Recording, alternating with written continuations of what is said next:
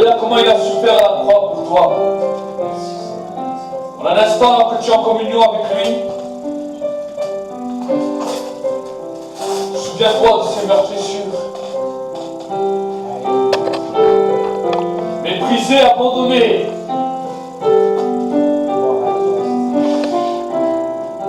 Homme de douleur habitué à la souffrance.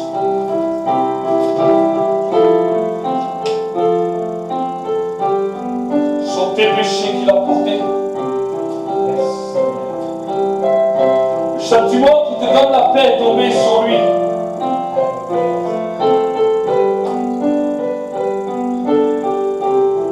Il n'avait rien pour attirer les regards.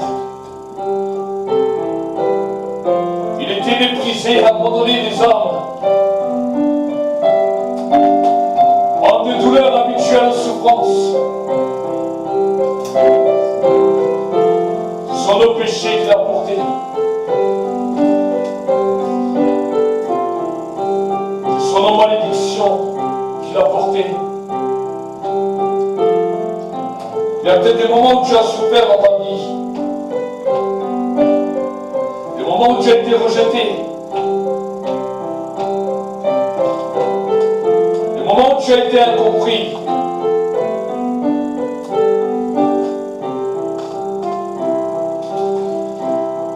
Il te comprend.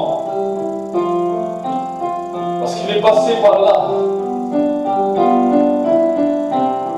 Pour que tu n'as pas à porter ce fardeau.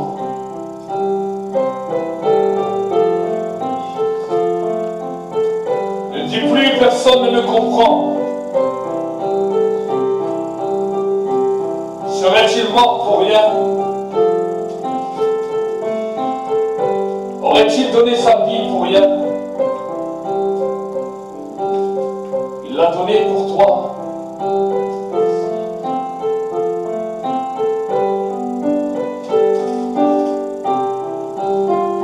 Il a souffert pour toi.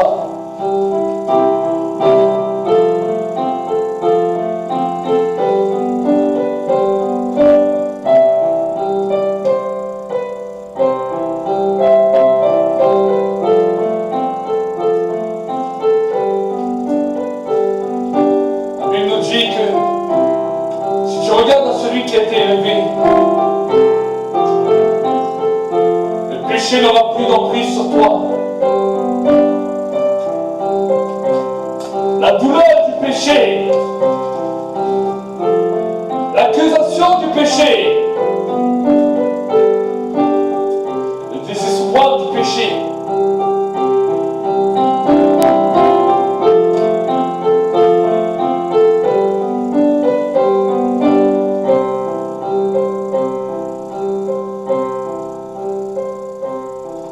Saint-Esprit pour ta présence. C'est toi qui changes les cœurs maintenant.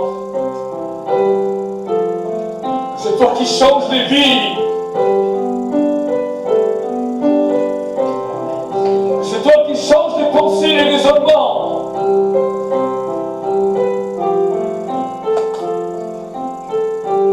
Viens à lui.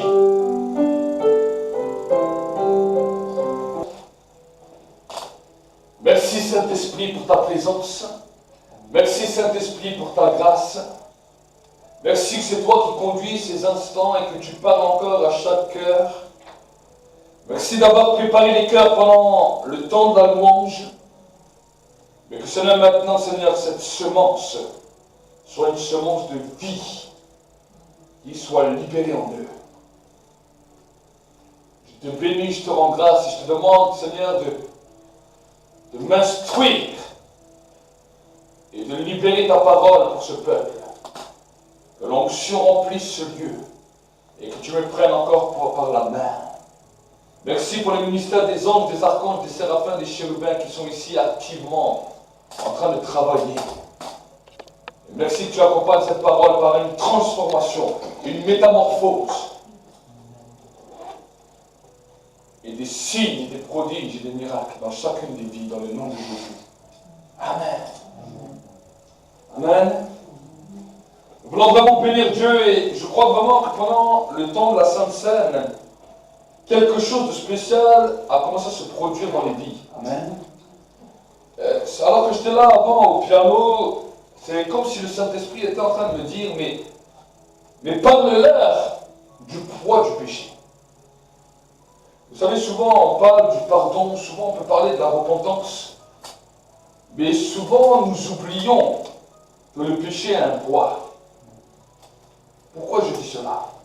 Chaque chose que nous avons dans nos vies se mesure à un poids. Si nous voyons cette Bible, si nous voyons cette Bible qui est semblable à un livre, nous pouvons le regarder, nous pouvons le voir, tant que nous le voyons sur une image, nous ne comprenons pas combien il pèse. Mais quand nous l'avons dans la main, nous savons qu'il a un poids. Toi et moi avons un poids défini, que l'homme à l'œil nu ne peut pas voir, mais s'il te porte, il comprendra le poids que tu as. Est-ce que vous ici? Souvent nous avons parlé de l'image du péché. Et tant que nous voyons le péché en tant qu'image, nous ne mesurons pas le poids qu'il peut affliger dans la vie d'un homme et d'une femme. Et pourquoi je dis cela? Parce que tant que nous voyons seulement le péché comme une image, alors malheureusement nous ne savons pas comment nous décharger de ce poids. Et souvent, quand nous prions, nous l'avons déposé à Dieu comme une image, mais nous n'avons pas déposé le poids qui était derrière. Est-ce que vous savez? Le poids du péché. Qu'est-ce que c'est le poids du péché? Le poids du péché est une accusation constante, perpétuelle. Le poids du péché vient sur la vie des hommes et des femmes comme un découragement, comme un désespoir qui ne s'arrête pas. Le poids du péché vient sur la vie des hommes et des femmes comme une rengaine dans laquelle tu crois que personne ne t'aime, que personne ne t'accepte, que personne ne te regarde à ta juste valeur. Tous ces mensonges, ces poids qui se pèsent dans nos vies. Nous croyons des fois que c'est simplement dû à fait de ce que nous vivons. Mais j'aimerais vous dire que ces poids-là, ce sont les poids du péché. Parce que dans l'existence originelle, quand Dieu a créé l'homme et la femme, ces poids n'existaient pas. Le poids de la peur n'existait pas. Le poids du désespoir n'existait pas. Le poids de la crainte du lendemain n'existait pas. Toutes ces choses qui viennent détruire l'homme. Et j'aimerais vous dire que souvent nous voyons le péché des erreurs que nous avons commises. Mais nous oublions que le péché originel nous a amené l'homme dans lequel l'homme est en train de porter un poids terrible. J'ai vu trop souvent des croyants qui, malgré avoir confessé leur péché, vivaient toujours dans le désespoir, vivaient toujours dans le découragement, vivaient toujours dans le repli de soi, en croyant que personne ne les aime, qu'ils sont découragés, qu'ils sont mal aimés. Mais j'aimerais vous dire, ne portez plus ces poids, parce que ces poids-là sont des conséquences du péché. Ces poids s'appellent le poids du péché. Et ces poids détruisent les hommes. Amen. Dieu, quand il a créé l'homme, ne l'a pas créé pour porter cela. Et quand Jésus a dit, venez à moi, vous tous qui êtes fatigués et chargés, et je vous donnerai du repos. Il ne parle pas simplement des erreurs que tu as commises, parce que celle-là, tu t'en débarrasses vite. Quand tu as fait un péché, tu as demandé pardon à Dieu. Même les païens demandent pardon à Dieu pour les péchés qu'ils ont commis sans connaître la cause. Parce que ce sont des choses qu'on arrive vite fait à se débarrasser. Mais par contre, le poids du péché originel, qui amène l'homme dans un désespoir total, qui amène l'homme à se trouver moche quand il se regarde dans un miroir, cela ne fait pas partie du plan de Dieu, cela fait partie du péché originel. La connaissance du bien et du mal. Et ça apporte un poids à l'homme. Tu te regardes dans une glace et tu dis tu es pas beau, ou tu es trop gros, ou tu es trop vieux, ou trop laid. Mais le problème, qui t'a dit cela? Quelle est la connaissance qui te dit que l'image que reflète le miroir est quelque chose de moche et de mauvais? Quelle connaissance? Bon, on peut dire oui, mais à la télé, ils ne sont pas comme ça. Oui, mais ceci, mais cela. Mais il y a une connaissance. Vous savez, il y a 100 ans, il y a 200 ans, la télé n'était pas là. Les gens pensaient la même chose. On pouvait dire certains étaient moches, certains étaient beaux. Pourtant, la télé n'était pas là. Pourtant, il n'y avait pas des mannequins qui défilaient à droite et à gauche. Et pourtant, l'homme se parlait déjà comme ça. Pourquoi? Parce qu'il y a un poids du péché qui est là. Et tant que ce poids persiste dans l'homme, c'est pour cela que la Bible nous dit dans le livre d'Ésaïe, il n'avait pas son apparence n'avait rien pour nous plaire, méprisé, abandonné, homme de douleur, habitué à la souffrance. Ce sont nos péchés qu'il a portés. Du temps d'Ésaïe, il n'y avait pas la télévision. Du temps d'Ésaïe, il n'y avait pas les magazines où tu vois les gens à qui tu dois ressembler. Mais pourtant, la Bible nous dit que quand Jésus était sur terre, il n'avait aucune apparence, aucun aspect pour nous plaire. Donc, on devait peut-être lui dire, tu es moche, tu es pas beau. Tu ne ressembles à rien. Des paroles qui peut-être peuvent blesser, peut-être de la part des parents, à l'égard des enfants. Cela nous touche, nous. Pourquoi? Parce que nous sommes nés dans le péché. Donc, cela pose un poids sur nos vies. Mais vu que Jésus est né en dehors du péché, toutes les paroles qu'on a pu lui dire ne le touchaient pas. Est-ce que vous comprenez la différence? Il pouvait marcher dans la rue. On disait, cet enfant n'est pas beau. Cet enfant est moche. Il a grandi. Ses paroles ne le touchaient pas parce que le péché n'habitait pas en lui. Il ne connaissait pas le poids du péché. Il l'a connu quand il a été crucifié et quand le péché du monde est venu sur lui. Mais jusque-là, il ne le connaissait pas. Cette parole ne pouvait l'atteindre. Est-ce que vous êtes ici? Pourquoi il a porté le péché? Pour que toi, dans ta vie, tu arrives à vivre d'une manière différente, dans laquelle le poids des paroles du péché ne puisse plus te toucher.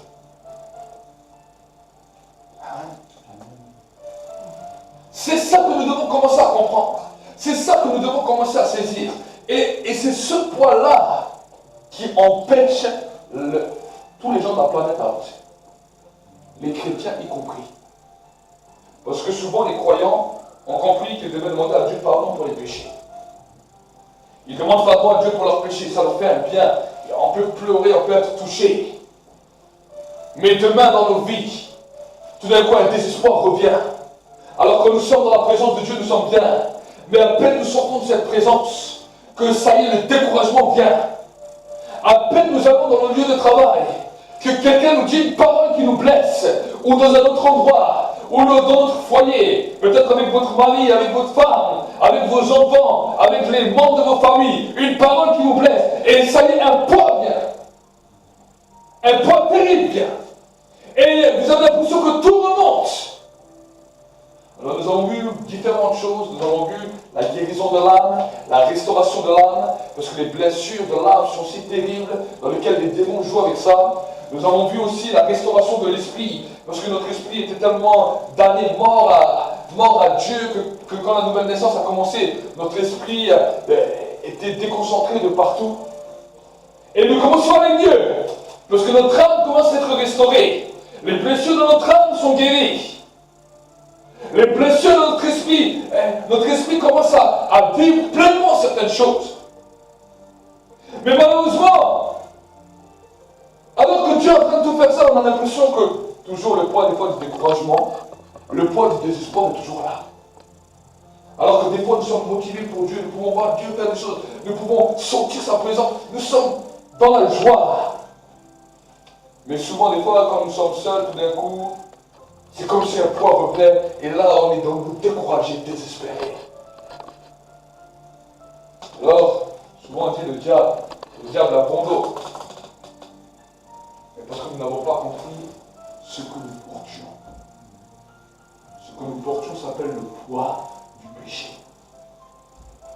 Et c'est ce poids-là qui doit être enlevé de ta main. Le poids du péché. Et souvent les gens se disent, mais quel est le poids du péché? Le poids du péché est uniquement la connaissance du bien et du mal. Le fruit que Adam et Ève ont porté un jour. Qui peut te dire, celui-là est beau ou celui-là est moche. C'est ce genre de connaissance qui peut te mettre dans tous tes états. Quand tu te regardes dans le miroir et tu vois les cheveux blancs qui commencent. Ce genre de poids qui commence à venir, et tu arrives d'abord, tu es bien, tu arrives à ton travail, et tu vois, quelqu'un qui est plus beau que toi ou qui est mieux habillé que toi, souvent nous ne disons rien. Mais ça peut nous mettre des poids, surtout les sœurs. Les frères, c'est différent. S'il y a quelqu'un qui est bien plus musclé que lui, ou bien plus fort, tout d'un coup, ils vont se sentir frustrés. Quelqu'un commence à parler, et tout d'un coup, une frustration vient. Personne ne t'a rien dit, mais tout d'un coup, tu deviens frustré. Tout d'un coup, tu t'infériorises par rapport aux autres. Tout d'un coup, tu as l'impression que tu te sens comme étouffé. Quelqu'un te dit une parole, et ça y est, ça crée quelque chose en toi.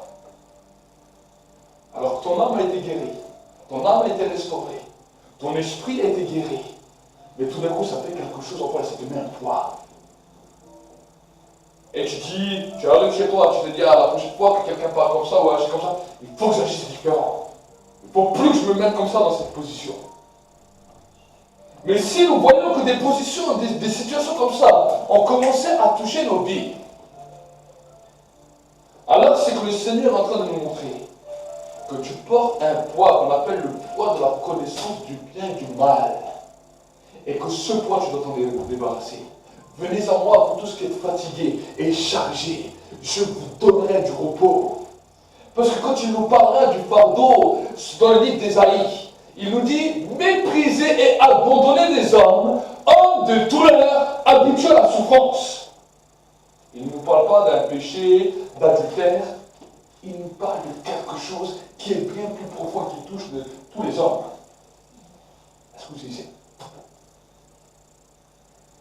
Méprisé, abandonné, homme de douleur, habitué à la souffrance. Ce sont nos péchés qu'il a portés. Le prophète Ésaïe a parlé semblablement et étonnamment du péché à ce moment-là. Amen. Je ne dis pas que le reste n'est pas un péché. Le reste est quelque chose dans lequel nous péchons contre nous-mêmes. Quelqu'un qui pêche dans l'adultère, quelqu'un qui pêche dans la plupart des péchés connus, dans toutes les religions, pêche contre lui-même et pêche contre une autre personne. Et cela amène des poids terribles, des conséquences terribles. Mais là, nous parlons du péché originel, du péché de la désobéissance dans lequel Adam et Ève ont péché et désobéi devant Dieu. Nous voyons que quand Adam et Ève ont goûté du fruit défendu, la première des choses qui s'est produite dans leur vie, ils ont eu peur. Jusqu'à avant, la peur n'existait pas chez eux. Ils ont eu peur de qui? De Dieu. S'il y aurait eu d'autres humains sur terre, ils auraient eu peur de tous les hommes. Et ils se seraient méfiés. Est-ce que vous saisissez? Deuxièmement, premièrement, ils ont vu qu'ils ont peur. Deuxièmement, ils ont vu qu'ils sont nus. Et troisièmement, ils se sont cachés. Vous savez, alors, bien sûr, aujourd'hui, il y a des nudistes, mais souvent, nous avons l'impression que nous sommes mis à nu et à découvert devant les gens. C'est comme si on a l'impression que quelque chose à l'intérieur de nous a été mis à nu et à découvert devant les situations des gens, et suivant nos réactions, les gens disent, ah, mais qu'est-ce qui t'arrive? Pourquoi tu réagis comme ça? C'est comme s'ils ont touché un point dans ta vie, et à ce moment-là, tu as envie de te cacher. Tu as envie de te mettre dans un endroit et que plus personne ne te voit, que plus personne te parle. Si tu pourrais te mettre dans un trou, tu te mettrais dans un trou. Juste pour te cacher. L'homme est comme ça. De toutes les nationalités, l'homme est comme ça. Alors l'homme va essayer de se trouver des situations pour essayer de se protéger. Mais ces protections sont des forteresses qui malheureusement vous éloignent toujours plus de la connaissance de Dieu. La forteresse est là pour vous renfermer sur vous-même et pour vous détruire. La forteresse n'est pas une bonne chose. Mais la forteresse vous embrigade dans un système de raisonnement, dans un système de pensée pour que plus personne ne puisse vous atteindre. Donc si nous voulons commencer à comprendre cela, c'est ça aussi que la Bible nous dit, la vérité vous affranchira et la vérité vous rendra libre. Vous savez, il y avait dans nos vies chrétiennes, nous devons apprendre à être vrais. Et quand ces choses commencent à nous toucher, quand ces choses commencent à nous faire péter, le diable sait comment agir. Il ne connaît pas tes pensées. Il ne connaît pas ton intérieur. Mais il sait comment te toucher. Est-ce que vous savez? Il voit des fois les complexes que nous avons, sans même que nous les avons dit. Parce que nous avons certains comportements, certains raisonnements, certaines paroles qui nous ont été dites déjà dès notre enfance, que ce soit des fois par nos parents, que ce soit des fois par des copains ou des copines de classe, que ce soit par des gens au travail, qui nous ont touchés, qui nous ont fait mal. Et je veux vous dire que Jésus, ce qu'il veut, par le Saint-Esprit, c'est nous amener à nous débarrasser de ces poids. Nous amener à nous débarrasser de ces fardeaux. Accepter d'être vrai et de dire sur terre, Seigneur, là, je ne me suis pas trouvé beau. Là, c'est une réalité. Là, peut-être je me suis, Seigneur, trouvé nul. Là, Seigneur, je me suis trouvé complètement à côté de la plaque. Souvent, nous ne faisons pas ce genre de bilan. Nous faisons aller. Des fois, nous sommes même pris la honte. Ça nous est arrivé souvent. On a dit des choses et là, on s'est dit, on s'est tapé, c'est honte. Et ça a fait quelque chose. Des fois, on en rigole de certaines choses, mais certaines autres choses, on ne rigole pas. Certaines autres choses, on peut même en pleurer. On se dit, mais qu'est-ce que j'ai fait? Tu serais prêt à t'arracher les cheveux. Et quand ma femme me dit, ah, j'ai fait ça, je suis prêt à m'arracher les cheveux de la tête. Mais il y a des choses comme ça qui nous arrivent. Et dans ces temps, on a l'impression qu'on aura envie de partir de tout le monde. Mais c'est là où nous avons des choses à régler devant Dieu. Et c'est ces choses-là que nous devons poser devant Dieu. Amen. Vous savez, l'évangélisation que nous étions hier, ça m'a fait un peu rigoler, parce que quand j'ai fini d'intervenir, je vais voir les frères, je vais voir les sœurs, je dis, vous voulez intervenir? Vous voulez parler en public? Vous voulez vous lancer? Et je voyais les uns derrière les autres, ils disaient, ah non, c'est bon, je préfère parler comme ça. Mais pourquoi? Parce que souvent, quand nous sommes des fois confrontés à ces situations, nous savons que là, nous pouvons être mis à nu et à découvrir devant les gens. Et souvent, nous avons, dans ces situations, c'est là où Dieu voudrait que nous puissions déposer ces choses qui peut-être nous font peur, qui peut-être nous paralysent, qui peut-être nous découragent pour entrer dans une nouvelle dimension. Vous savez, parce que quand ces poids arrivent dans la vie d'un homme, nous avons toutes sortes après de raisonnements. On peut se trouver devant les gens, et quand on se trouve dans ces temps-là, on dit, ah, mais lui il pense comme ça, l'autre il pense comme ça sur moi, l'autre il pense... On a l'impression que tout tourne autour de nous, et on se fait tout un genre de film, on croit que lui il pense ça, l'autre il pense ça, alors parce qu'il pense ça, je vais parler comme ça, alors qu'en vrai, vous faites des films parce qu'eux ils pensent la même chose d'eux-mêmes par rapport à vous. Est-ce que vous savez? Et le problème, c'est que quand il y a des frustrations sur des frustrations sur des frustrations sur des frustrations, à un moment donné, ça fait l'étincelle. Amen. C'est quelque chose que vous devez apprendre. C'est quelque chose que j'ai commencé à apprendre avec Dieu. Et c'est comme quelque chose que Dieu veut que nous puissions traiter jour après jour, à apprendre à déposer nos soucis et nos fardeaux. Amen. Il y a des fardeaux que vous déposez facilement. Mais ces fardeaux-là, vous les gardez. Les gens gardent ces fardeaux toute leur vie. Amen. Vous savez, je l'ai déjà expliqué hier, avant que nous puissions aller à l'évangélisation ici. J'ai expliqué la notion du royaume de Dieu. Nous, des fois, nous avons la notion de l'Église. Mais quand Jésus parlait sur la terre, il ne parlait pas simplement d'Église. Mais en priorité, il parlait d'abord de la notion, de la mentalité du royaume de Dieu. Amen. Il a dit, allez par tout le monde et prêchez la bonne nouvelle du royaume. Il n'a pas dit, allez par tout le monde et prêchez la bonne nouvelle de l'Église. Parce que l'Église, c'est la composition des personnes qui acceptent le Christ et qui se réunissent ensemble. Amen. Mais Jésus a dit, voici maintenant, quand il allait dans les lieux, il disait, repentez-vous, car le royaume des cieux approche. Le peuple d'Israël, jusqu'à aujourd'hui, attendent la manifestation du royaume de Dieu. Le peuple d'Israël encore jusqu'à aujourd'hui, ils attendent cette manifestation du royaume de Dieu.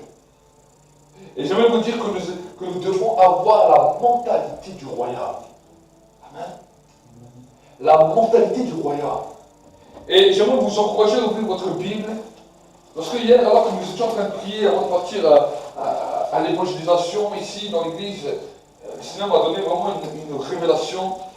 Et j'aimerais pouvoir vous la partager avec vous dans le livre de Josué.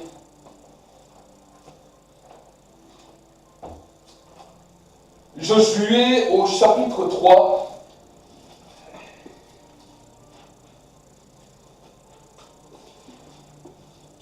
Et nous allons commencer au verset 11.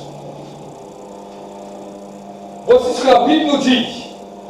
Voici que l'arche de l'alliance du Seigneur de toute la terre traverse le Jourdain devant vous. Maintenant, prenez 12 hommes parmi les tribus d'Israël, un homme par tribu.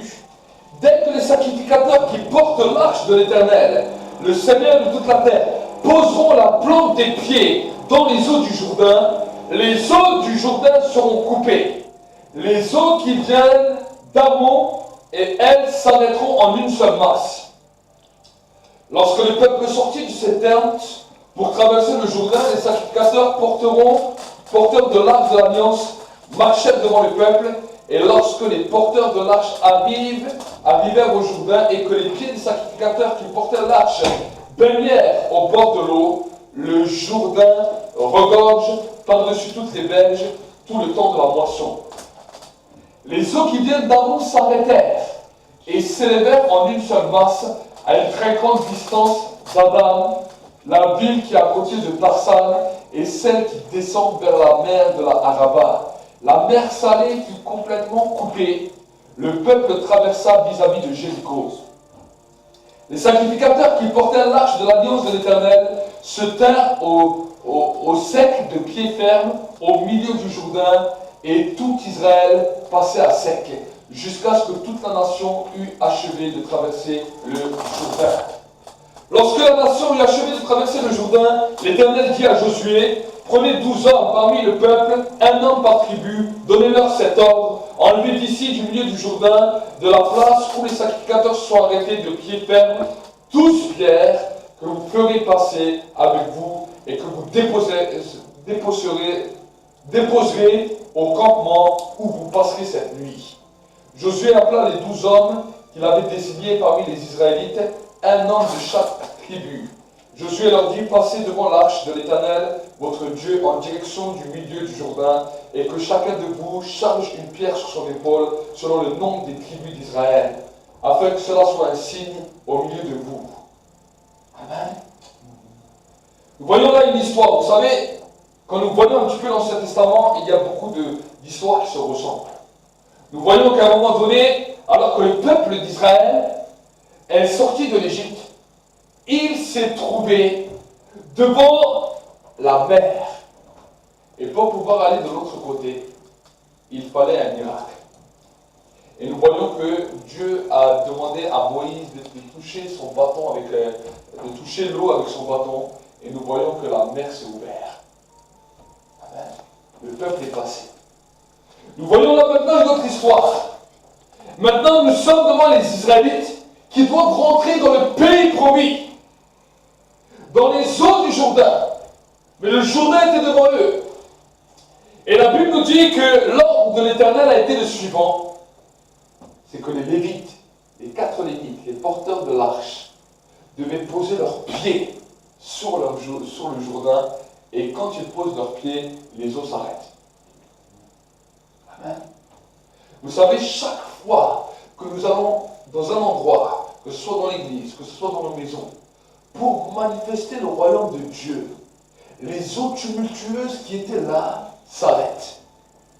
Est-ce que vous savez? C'est comme si à un moment donné, à l'annonce de l'évangile, au temps de la prière, au temps où l'action de Dieu entre en action, que les choses s'arrêtent.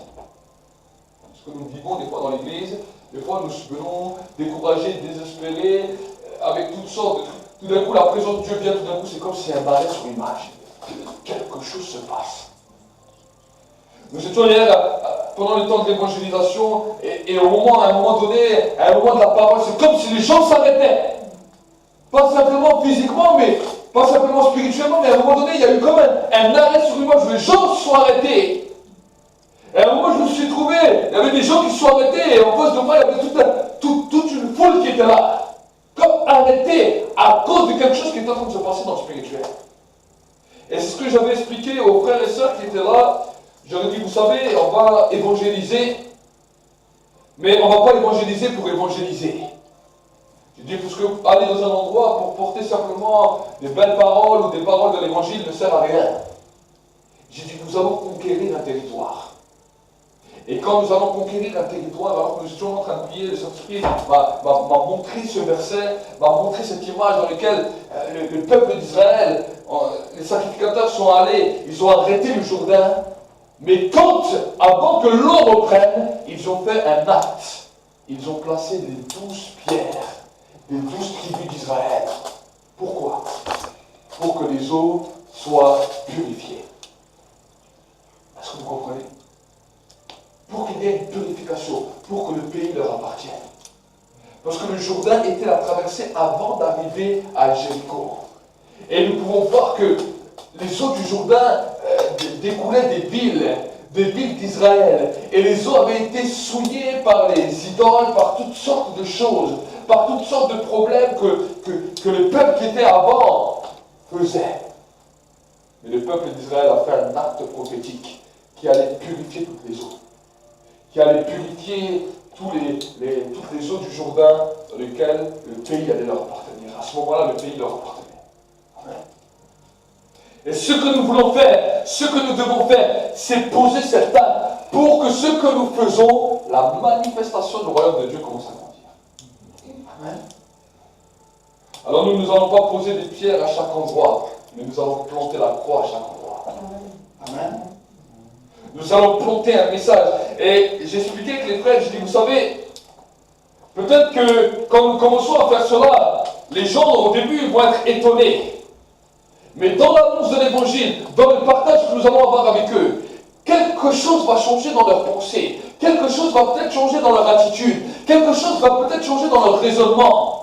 À cause de la parole de Dieu. Vous savez, si nous regardons un petit peu notre pays de France, nous pouvons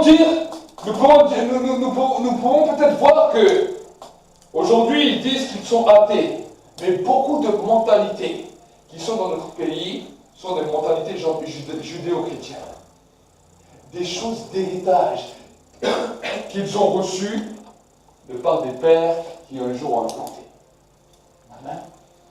Il y a certaines mentalités, certaines choses que les gens font, mais qui font partie de la Bible. Et si on lit dans la Bible, on dit, ah mais c'est écrit dans la Bible, pourquoi les gens font comme ça? C'est parce qu'un jour, il y a eu des hommes, des femmes, qui ont su instaurer le royaume de Dieu, et il y a des mentalités qui sont restées. Il y a des raisonnements qui sont restés. Aujourd'hui, le diable veut essayer d'éradiquer ça, d'enlever cela.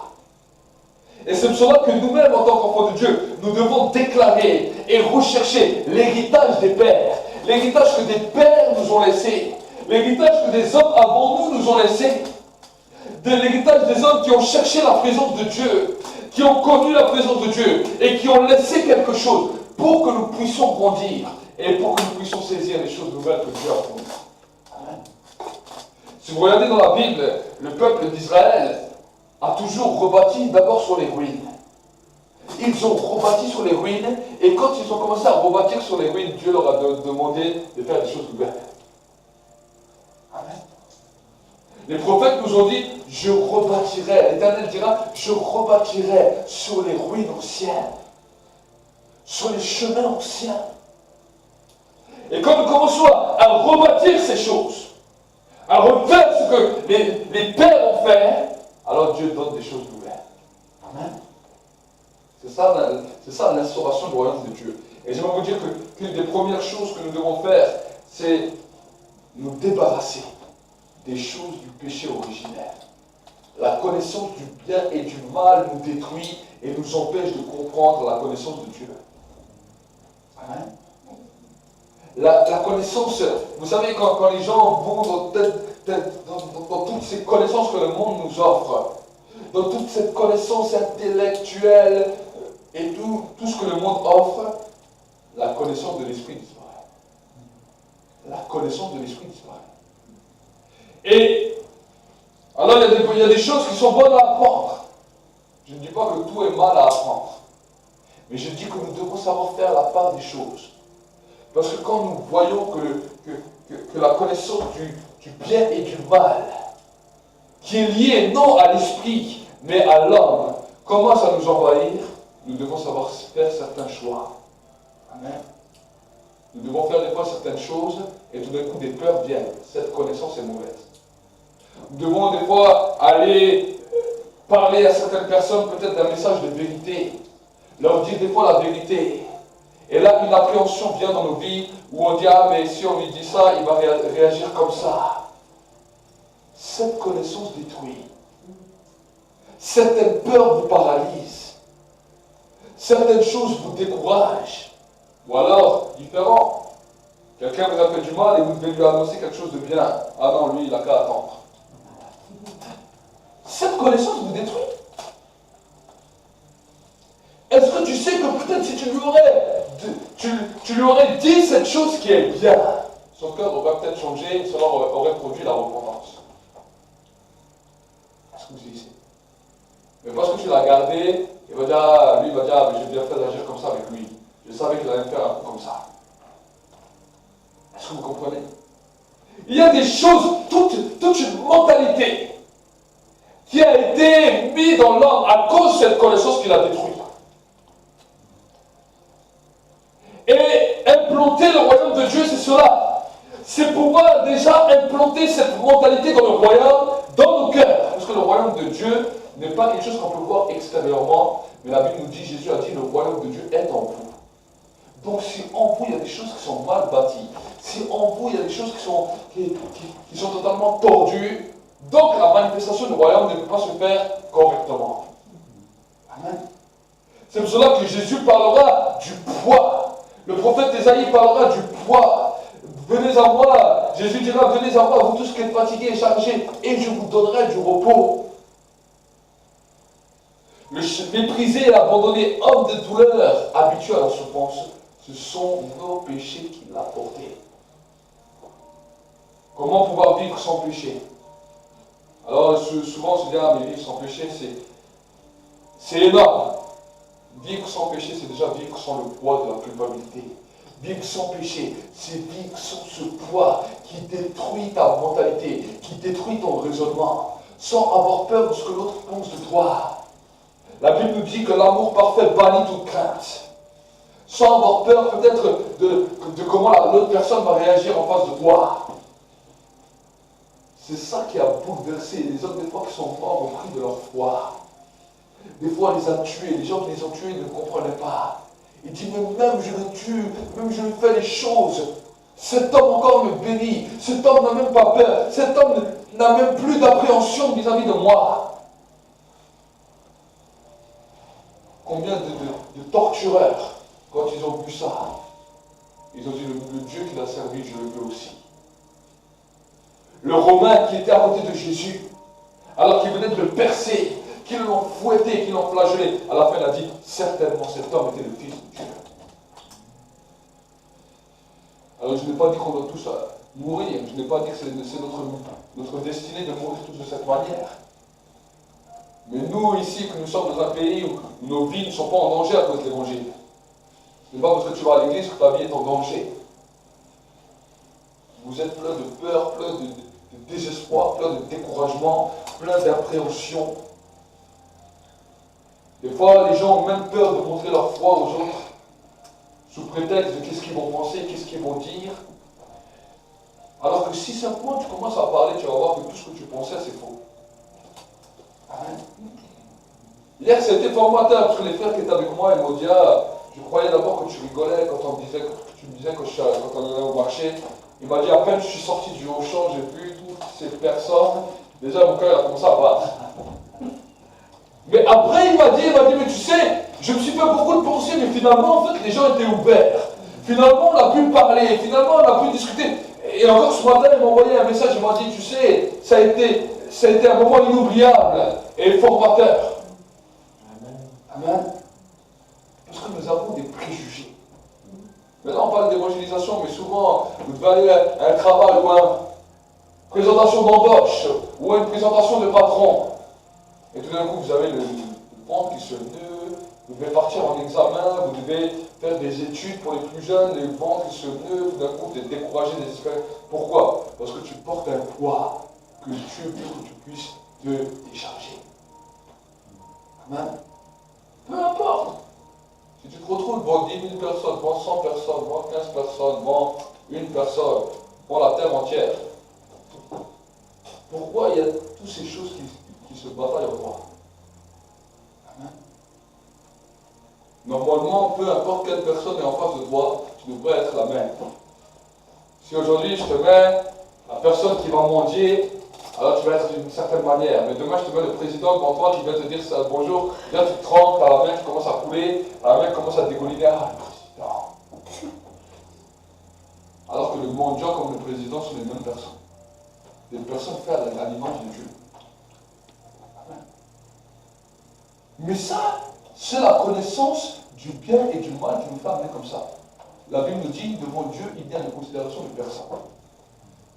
Il n'y a personne qui est plus important qu'un autre. Quand Jésus était devant Pilate, ou quand il était devant la prostituée, il a agi de la même manière. Ça a étonné tout le monde. Jésus devant le roi, devant Pilate, devant Hérode. Quand Hérode lui a parlé, il ne lui a même pas répondu. Vous imaginez? Hérode lui a parlé, il ne lui a même pas répondu. Quand Pilate lui a demandé des choses, il a dit, je suis venu pour rendre témoignage à la vérité. Et quand il parlait à la prostituée, il lui parlait aussi. Il dit, personne ne te condamne, moi non plus je ne te condamne pas. Amen. C'est cela qui a bouleversé le monde. C'est cela que les disciples n'arrivaient pas à comprendre. Mais Jésus, il reste toujours le même avec toutes les personnes. Amen. Jésus ne vit pas la frustration. Jésus ne vit pas le découragement. Peut-être qu'il arrivait dans un endroit et dit, ah, qu'est-ce qui est moche. Jésus disait, c'est pas grave. Je suis comme je suis. Je suis une belle créature aux yeux de Dieu. Non, parce que souvent, quand on lit les Écritures, on dit qu'il n'avait il n'avait pas une belle apparence. Comment les gens ils font quand ils voient quelqu'un qui n'est pas beau? Les gens ne vont pas changer. Moi, je vous dis ça pas pour vous choquer. Dire, ah, mais comment il parle de Jésus, il dit qu'il est moche. Je n'ai pas dit que j'ai dit ça. J'ai dit, mais les gens sont comme ça. Les enfants, regardez les enfants dans les écoles. Les enfants, des fois, sont cruels. Ils voient quelqu'un qui est un petit peu gros, ils vont l'insulter. Ils voient quelqu'un qui n'est pas beau, ils vont lui dire en pleine face. Mais vous croyez que Jésus, s'il n'avait rien pour attirer les regards, les enfants ne lui faisaient pas de cadeaux. Mais à cause que le péché originel n'habitait pas en lui, cela ne le touchait pas. Amen. Cela ne le touchait pas. Et c'est ça que nous devons comprendre. Mentalité. Et si cette perception du royaume commence à vivre en toi, alors tu peux vraiment dire avec l'apôtre Paul, celui qui est en nous est plus grand que celui qui est dans le monde. Ils nous feront la guerre, mais nous ne vaincrons pas. Amen. Les choses de ce monde ne nous touchent plus. Amen. Pourquoi? Parce que j'appartiens dans un nouveau genre de personne. Je suis une nouvelle genre de personne. Une personne que certains points ne me touchent plus. Est-ce que je dis que je ne fais pas d'erreur? Je n'ai pas dit que je ne fais pas d'erreur. Je n'ai pas dit que des fois ça ne nous arrive pas de faire des erreurs ou même des fois de pécher involontairement. Je n'ai pas dit ça. Mais j'ai dit le poids du péché, de la connaissance du bien et du mal, qui a détruit l'homme dès son origine, par la peur, par l'angoisse. Aujourd'hui, nous sommes dans un temps où la connaissance du bien et du mal atteint un niveau. C'est pour cela qu'on entend parler de plus en plus de dépressifs, de plus en plus d'hommes et de femmes qui vivent dans la dépression. Parce que la connaissance du bien et du mal dans nos pays occidentaux, on l'a augmenté et augmenté, augmenté et augmenté. Et l'homme ne peut plus porter ce poids. Pourquoi je dis cela? Parce que dans certains pays, il n'y a pas... Certains pays qui sont encore reculés, qui n'ont peut-être pas de télévision ou quoi, on ne leur montre pas des mannequins à qui tu dois ressembler. Ils n'ont pas une image dans leur tête dans laquelle un modèle. J'ai entendu une fois à la radio qu'ils sont allés dans une île où il n'y avait pas de télé, rien du tout. Les gens vivaient plus ou moins bien. Ils n'avaient pas beaucoup de problèmes. Tous n'étaient pas comme les gens de notre télévision, mais ils vivaient heureux. Et ils ont fait, les scientifiques ont fait une expérience. Et ils ont commencé à mettre un petit peu des télévisions et leur montrer un petit peu ce qu'on vit, nous, dans nos pays occidentaux. Et ils ont dit, au bout d'un an, c'était terrible. Parce que beaucoup de jeunes filles ont commencé à devenir anorexiques. Ils ont commencé à se laisser dépérir parce qu'elles voyaient les choses à la télé et elles voulaient ressembler. C'est pour cela que j'ai dit, dans nos systèmes occidentaux, on a augmenté ça. Un modèle, toujours un modèle. Toujours le dernier chanteur, toujours le dernier cri. Et toujours il faut ressembler à lui, il faut ressembler à elle. Ils sont en train d'augmenter la connaissance du bien et du mal, qui est en train de détruire les hommes. C'est pour ça que les gens deviennent de plus en plus dépressifs dans nos pays développés. Et si l'Église ne parle pas de ça, si l'Église ne parle pas de ces sujets, on parle simplement du péché que les hommes font, mais on ne parle plus du poids du péché originel. Alors les gens aussi dans les églises rentrent dans ce processus de destruction. Et les démons vont jouer avec ça. Parce que si le poids du péché, les hommes ne portent plus le poids du péché, un homme sans peur, une femme sans peur, sans crainte, sans complexe, qu'est-ce qui peut l'attendre encore? Combien de complexes? Combien d'infériorité? Combien de raisonnements sont là? Et ces poids-là, c'est ça que le Saint-Esprit veut vous apprendre à traiter. Chaque fois que cela vient dans nos vies, ne restez pas à vous décourager ou à vous désespérer. Mais commencez à dire, Saint-Esprit, j'ai là encore le poids du péché. C'est le poids du péché originel des pères. Et je veux que tu m'en débarrasses. Et un point. C'est-à-dire, tu vois, et des fois, ça peut faire plusieurs temps. Des fois, pendant peut-être un mois, tu vas traiter le même sujet. Mais chaque fois que tu vas commencer à traiter ce sujet va commencer à casser un petit peu. Et casser un petit peu. Et un peu plus. Et un peu plus. Et un peu plus. Amen. Jusqu'au bout d'un moment où peu importe ce que les gens pensent. Peu importe ce que les gens pensent de moi. Parce que moi, je sais que je suis une belle créature. Peu importe comment je suis. Amen. C'est cela que nous devons saisir. Et c'est cela que nous devons, peu importe l'âge. Alors certains, ça va être plus dur, parce que ça fait des années qu'ils pensent comme ça. Les plus jeunes, ça va être plus facile. Mais si tu as eu cette mentalité pendant 40 ans, alors c'est clair, peut-être en un jour, ça ne va pas se régler. Mais commence. Et peut-être qu'en 2 mois, ça sera réglé, ou 3 mois, ou 1 an. Mais chaque fois que tu vas commencer à traiter ça avec ton Saint-Esprit, à dire, Saint-Esprit, là, je reconnais que j'ai ça. Déjà, il faut le reconnaître. Parce que reconnaître, c'est des fois difficile. Reconnaître qu'on pense comme ça et comme ça de soi-même, c'est difficile. Reconnaître que peut-être, quand tu étais peut-être plus jeune, tu étais un beau jeune homme ou une belle jeune femme, et quand tu arrives un peu plus vieux, tu n'arrives plus à t'accepter. Non mais c'est ça. Regardez. C'est ça qui a amené la chirurgie. Les gens qui font la chirurgie esthétique, écoutez-les parler une fois. Une fois, j'ai entendu un homme qui avait une cinquantaine ou 60 ans, il faisait tirer la peau, lifter de partout, il faisait tout. Et il dit, mais moi, j'ai pas envie de vieillir, je me trouvais moche. Les gens parlent comme ça. C'est cela. Et ça, c'est en train de détruire notre société. Alors, c'est pas parce que tu fais une petite teinture que voilà. Mais arriver à s'accepter tel que tu es. Et voilà, si tu veux faire une teinture, c'est pas la teinture qui est un péché. Mais si tu fais une teinture parce que tu es tellement complexé, parce que tu t'aimes plus, parce que tu te dégoûtes, alors cela révèle quelque chose. Tu as une teinture pour t'embellir, ou changer de couleur, parce que voilà. Mais si cela te désespère au plus profond de toi, tu n'arrives même plus à t'aimer, à t'accepter, c'est qu'il y a un problème. Et ce problème s'appelle le poids du péché. Et c'est souvent avec cela que le diable joue. Parce que quand ce poids vous pèse, ce poids vous décourage, à ce moment-là, le diable vient avec d'autres choses. Il dit, ah, mais de toute façon, tu as vu comme tu es, personne ne t'aime, ah, tu as peut-être une sale tête, tu es comme ça. Ah, bah alors, regarde, fais ça aussi. Le diable parle comme ça, méchamment à vous. Vous dites, ah, mais le diable n'est pas si méchant, mais ces pensées que vous avez contre vous-même, c'est Satan qui vous les donne. Il te dit, mais alors fais cela. Et alors les gens n'ont même plus de gêne. Je vois des fois la télévision, ils voient des fois certaines émissions où des gens, des vieux, ils se baladent tout nus, ils font toutes sortes de choses, mais totalement fous.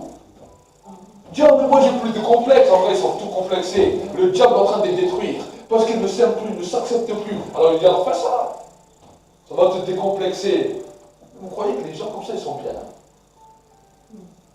Ils n'ont aucune, même plus d'estime d'eux. Même plus d'estime de leur propre personne. Et le problème, c'est que ça touche les jeunes. Ça touche les jeunes comme les vieux. Et ils ont commencé à ouvrir toutes sortes de choses qui sont une dévergondation totale. Sodome et Gomorrhe étaient pareils. Sodome et Gomorrhe étaient pareils. Tout ce que vous voyez, peut-être il y a 100 ans, ça aurait choqué les vieux d'aujourd'hui, les clubs échangistes et tous ces trucs-là qui sont en train de nous faire. Mais Sodome et Gomorrhe, il y a quelques siècles auparavant, étaient exactement pareils. L'homme n'a pas changé. Les complexes de l'homme sont toujours pareils. S'il y a 100 ans, nos aînés étaient choqués, scandalisés par ça, c'est parce qu'il y avait un héritage d'une vie judéo-chrétienne qui avait touché nos continents. Il y avait une conscience qui était là, un raisonnement qui était là, une estime de soi qui était là. Mais vous savez, quand ils nous ont prôné la laïcité, ils ont séparé la religion de l'État. Et ils ont commencé à détruire les valeurs judéo-chrétiennes les unes après les autres. Et aujourd'hui, pratiquement 100 ans plus tard, voici ce que nous avons. La déchéance morale, physique, des hôpitaux psychiatriques qui sont pleins, des prisons qui sont pleines, des jeunes qui sont dans la délinquance totale. Pourquoi? Parce qu'on est en train d'enlever le royaume de Dieu. Et l'Église qui donne à tout ça. L'Église qui dit, ah mais voilà, Dieu est bon. Dieu est bon, Dieu est amour, Dieu comprend tout. Nous devons revenir sur la base de la parole. Nous devons revenir sur ce qui a détruit l'homme. Vous savez, quand Adam et Ève ont péché au jardin d'Éden, au début, ils ont été simplement virés du jardin, mais le péché a commencé à les amener dans une frustration. Caïn a tellement été frustré qu'il a tué son frère Abel. La frustration, se sentir rejeté. Il croyait que Dieu ne l'aimait pas. Vous lisez la Bible. Et cela a continué. Les hommes ont commencé à faire tout et n'importe quoi, à commencer à se tuer. Jusqu'à que Sodome et Gomorrhe a apparu. Et Dieu a commencé à essayer de ramener toujours le monde vers la dimension du royaume. Il a envoyé des prophètes. Il a dit, j'envoie mon fils. Les apôtres ont commencé à prêcher. Le message de l'évangile a commencé à se répandre. Et il y a toujours eu ce combat, parce que le diable sait que si l'Église comprend cela, et si l'Église se réveille, l'Église conquiert le monde. Parce que le monde a besoin de cela. Vous êtes le sel de la terre, vous êtes la lumière du monde. Mais si le sel perd sa saveur, avec quoi alors vous savez le monde? Si l'Église elle-même porte le même poids du péché que le monde, les mêmes frustrations, alors peut-être vous n'allez pas aller aussi loin que Sodome et Gomorrhe, mais les mêmes frustrations vous bloquent.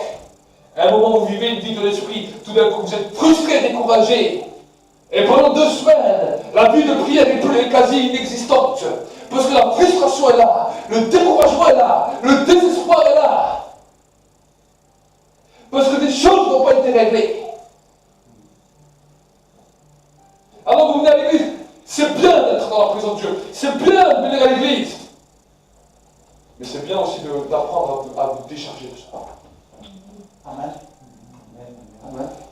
Vous savez, certaines fatigues, des fois que nous avons physiquement, sont d'abord des fatigues spirituellement.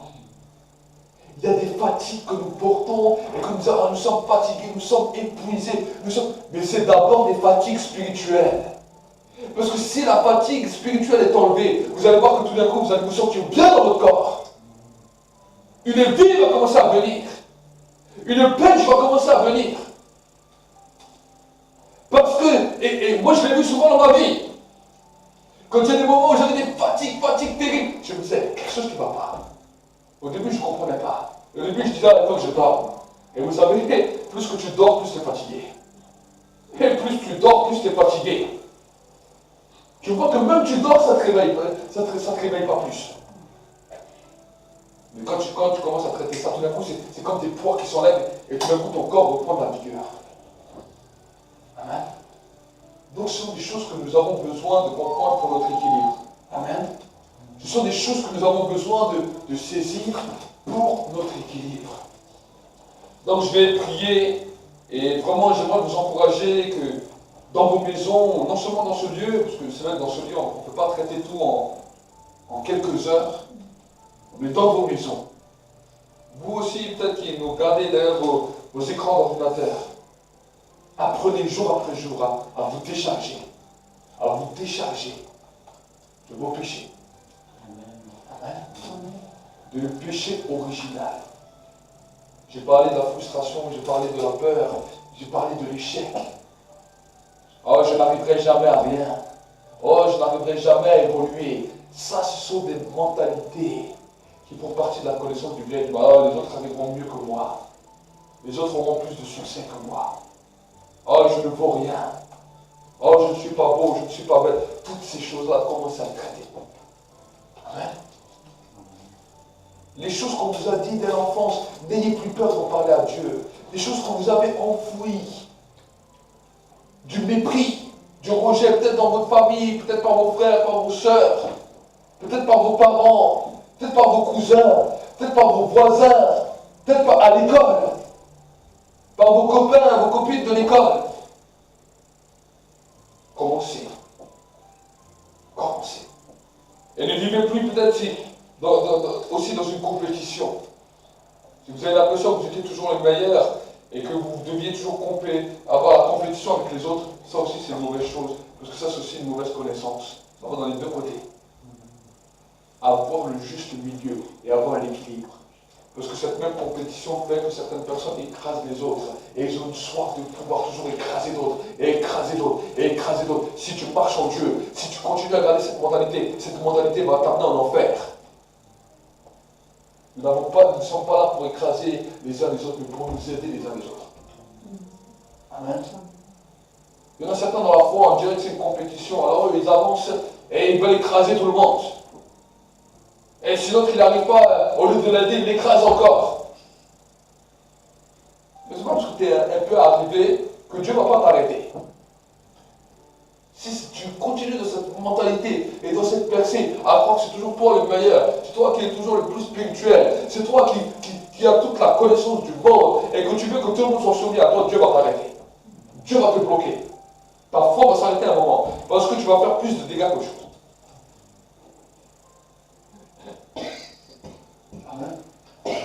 Donc si les gens ont cette mentalité, ils doivent aussi demander à Dieu, Seigneur, enlève-moi cette mentalité, que je puisse accepter d'évoluer avec mes frères et sœurs. Que je puisse accepter de pouvoir aider mes frères et sœurs. Que je puisse avoir cet amour pour pouvoir les aider. Si Dieu t'a donné des capacités, amen. Ben alors utilise-les pour aider tes frères et sœurs. Pas pour les détruire. Alors heureusement que la majorité n'est pas comme ça. Mais la majorité est plutôt de l'autre côté que du sens inverse. Mais ça existe aussi. Ça existe aussi. Et c'est pour cela que j'en parle aussi, parce que s'il y a des gens qui sont dans cette situation, ils disent, ah mais moi j'ai pas de complexe, oui, mais tu écrases tout le monde. Donc écraser tout le monde, ou avoir des complexes à fond, les deux sont des choses qui détruisent les hommes. Amen. Donc trouver vraiment le juste milieu et dire, Seigneur, je veux vivre sans complexe, mais je ne suis pas meilleur que les autres. Celui qui va être le plus grand, sache être le serviteur de tous. C'est Jésus qui l'a dit. Amen. Il a montré l'exemple. Parce qu'à un moment donné, chez les apôtres, il y a des chevilles qui gonflaient. Et regardez, c'est qui le plus grand d'entre nous? C'est qui le plus fort d'entre nous? C'est qui le plus compétiteur d'entre nous? Jésus a pris un enfant. Il a dit, si vous devenez comme un petit enfant, vous n'entrerez pas dans le royaume de Dieu.